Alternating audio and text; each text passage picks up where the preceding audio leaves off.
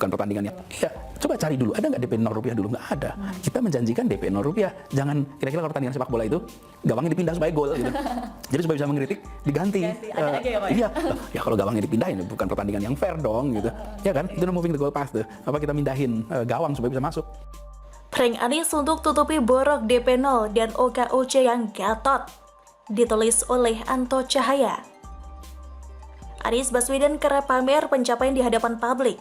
Biasanya saat berdiri di forum-forum yang menyediakan sorot lampu dan kamera yang gemerlap.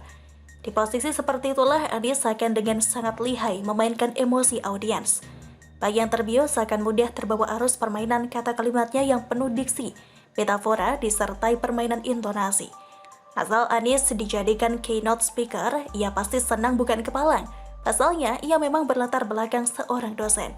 Masa jabatan Anies Baswedan akan berakhir Oktober 2022, atau kurang lebih 11 bulan lagi.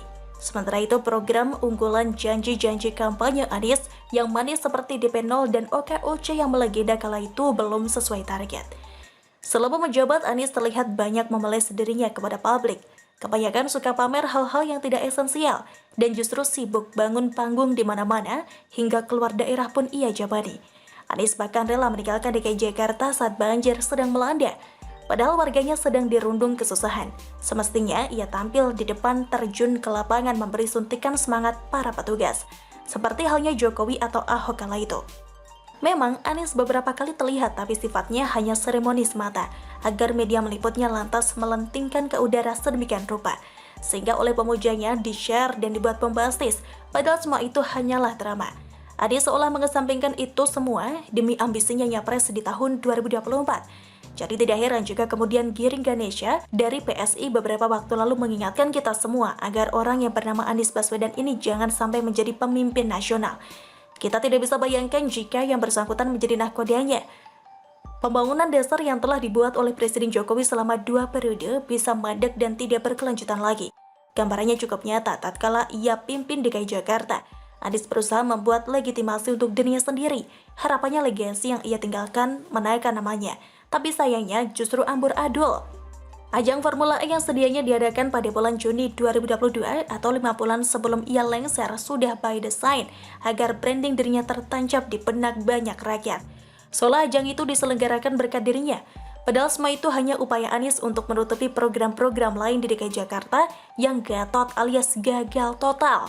Hal ini juga dibenarkan melalui salah satu fraksi PDIP di DKI Jakarta.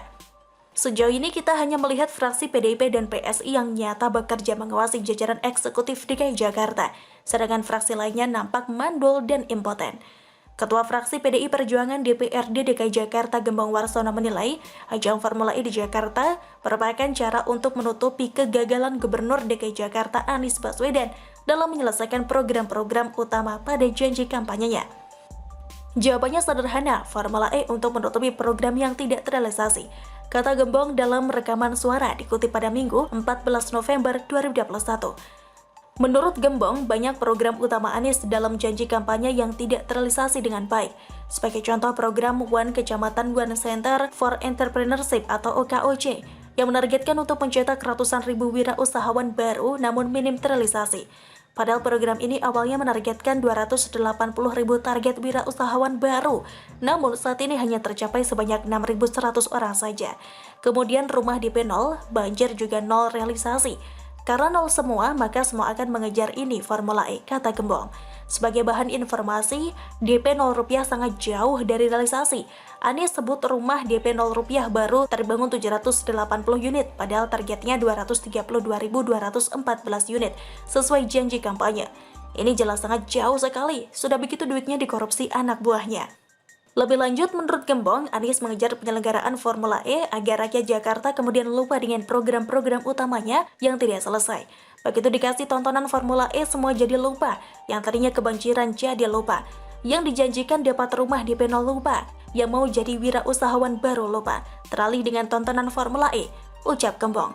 Dan yang menarik dari kritikan Gembong juga mempertanyakan sikap Pemprov DKI Jakarta yang menyerahkan dokumen setebal 600 halaman soal Formula E ke KPK, namun tidak bersedia memberikan dokumen yang sama kepada DPRD DKI Jakarta.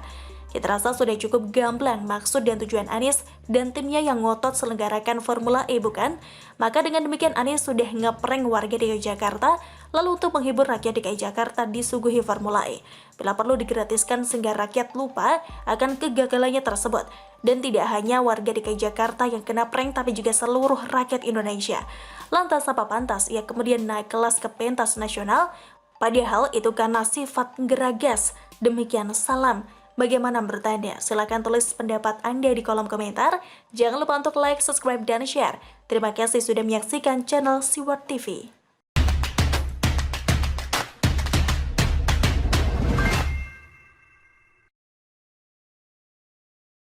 Susi oh Susi, mitu pak, ditulis oleh Anto Cahaya. Siapa kiranya yang tidak kenal dengan Susi Pujiastuti, mantan Menteri Kelautan kita pada periode 2014 sampai 2015. Tapi jika ditanya sebelum diangkat menjadi menteri, tidak banyak orang mengenal sosok wanita yang satu ini. Maka dengan demikian, Presiden Jokowi adalah salah satu pihak yang memiliki kontribusi besar pada sosok ini hingga akhirnya dikenal rakyat Indonesia.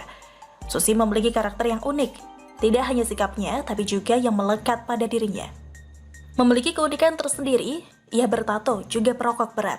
Soal latar belakang pendidikan, juga sempat menjadi sorotan publik.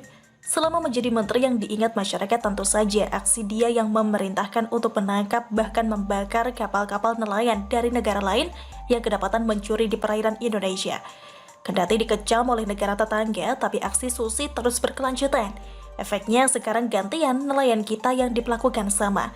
Susi berlatar belakang seorang pengusaha di kawasan Pangandaran.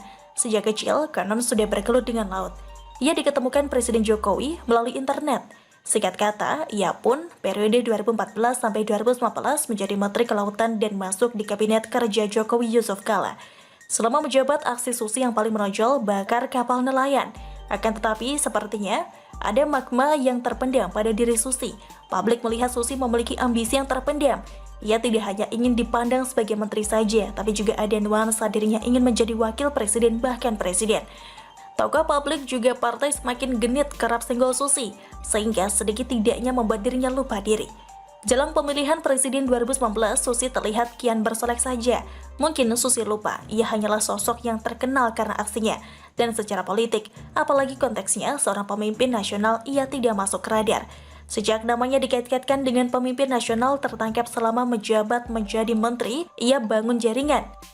Padahal saat itu Presiden Jokowi meminta para pembantunya untuk fokus kerja, seperti slogannya waktu itu kerja, kerja, dan kerja. Kasus Susi mirip Anies Baswedan yang hanya jadi menteri selama 18 bulan, lalu digantikan Muhadjir Effendi.